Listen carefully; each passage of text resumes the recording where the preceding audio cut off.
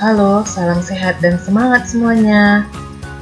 Kita akan belajar kimia tentang perubahan materi dan pemisahan campuran bersama saya, Monica Marianje Magdalena Tambubolon SPD. Ingat ya, kimia itu asik dan menyenangkan loh. Pada pelajaran kimia kali ini tentang perubahan materi dan pemisahan campuran, kamu diharapkan dapat menganalisis perubahan materi dan pemisahan campuran dengan berbagai cara. Juga, kamu dapat melakukan pemisahan campuran melalui praktikum berdasarkan sifat fisika dan sifat kimianya. Materi adalah segala sesuatu yang memiliki massa dan menempati ruang.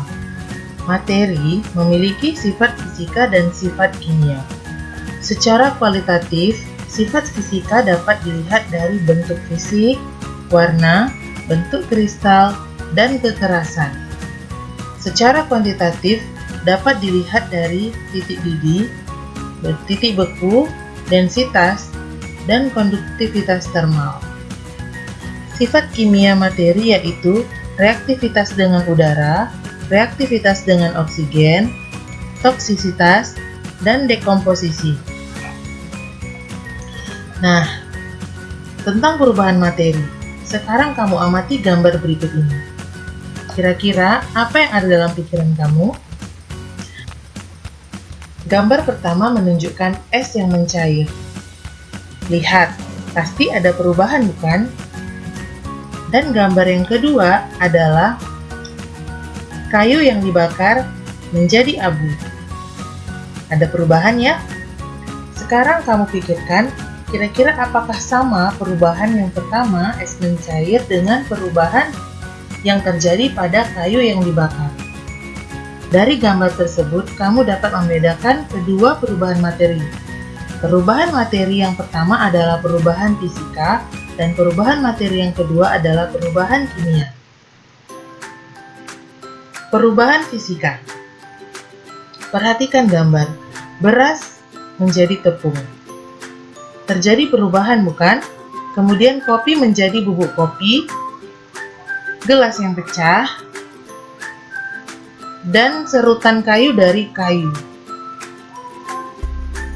Itu semua adalah perubahan fisika. Perubahan yang terjadi pada es yang mencair, kemudian menjadi air, atau air yang membeku menjadi es yang menyublim menjadi gas, atau gas yang mengkristal menjadi es, juga perubahan pada air yang menguap menjadi gas atau gas yang mengembun menjadi air. Nah, kesemuanya ini adalah perubahan fisika. Jadi, menurut kamu, apa itu perubahan fisika? Ya, perubahan fisika adalah perubahan materi di mana yang berubah hanyalah bentuk dan wujudnya saja, tetapi tidak merubah komposisi ataupun tidak merubah zat yang terdapat pada materi tersebut. Nah, selanjutnya perhatikan gambar berikut. Kayu jika dibakar akan menjadi abu. Kemudian besi berkarat, proses pembuatan tempe, kembang api. Nah, semuanya ini adalah termasuk ke dalam perubahan kimia. Berarti, apa yang dimaksud dengan perubahan kimia?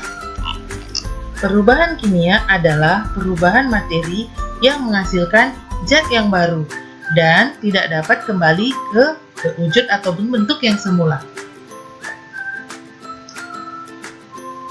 Ciri-ciri terjadinya reaksi kimia yaitu menimbulkan gas, terjadi perubahan suhu, terjadi perubahan warna, dan menimbulkan endapan. Nah, sekarang kita belajar tentang penggolongan materi. Materi digolongkan menjadi zat tunggal dan campuran. Zat tunggal itu terdiri dari unsur dan senyawa.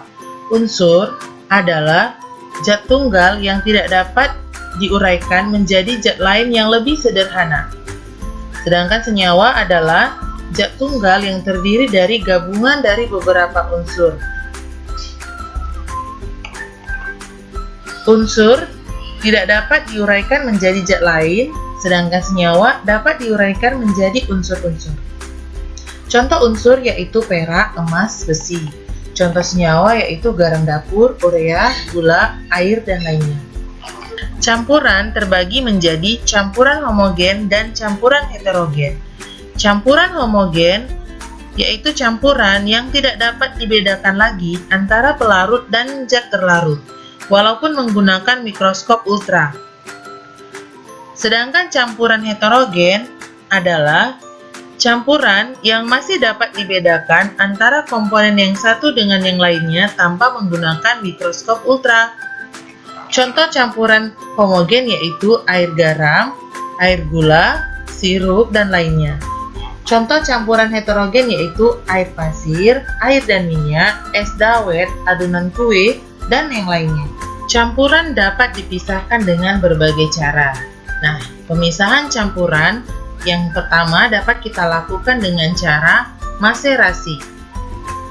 Maserasi adalah pemisahan atau ekstraksi campuran berdasarkan perbedaan kelarutan melalui proses perendaman pada suhu kamar. Yang kedua adalah proses filtrasi. Filtrasi adalah pemisahan campuran berdasarkan perbedaan ukuran dari partikel-partikel komponen campuran dengan menggunakan penyaring. Yang ketiga adalah proses distilasi. Proses distilasi adalah pemisahan campuran yang didasarkan pada perbedaan titik didihnya. Yang keempat adalah proses sentrifugasi atau pemutaran, yaitu pemisahan campuran berdasarkan sifat salah satu zat yang dapat mengalami sedimentasi atau pengendapan. Yang kelima, proses sublimasi, yaitu pemisahan campuran berdasarkan sifat zat yang dapat menyublim atau tidak dari campurannya. Misalnya proses pemisahan kristal iodium ini dari pengotornya. Yang keenam, proses kromatografi, yaitu pemisahan molekul berdasarkan pola pergerakan antar fase bergerak dan fase diam pada sebuah larutan atau campuran.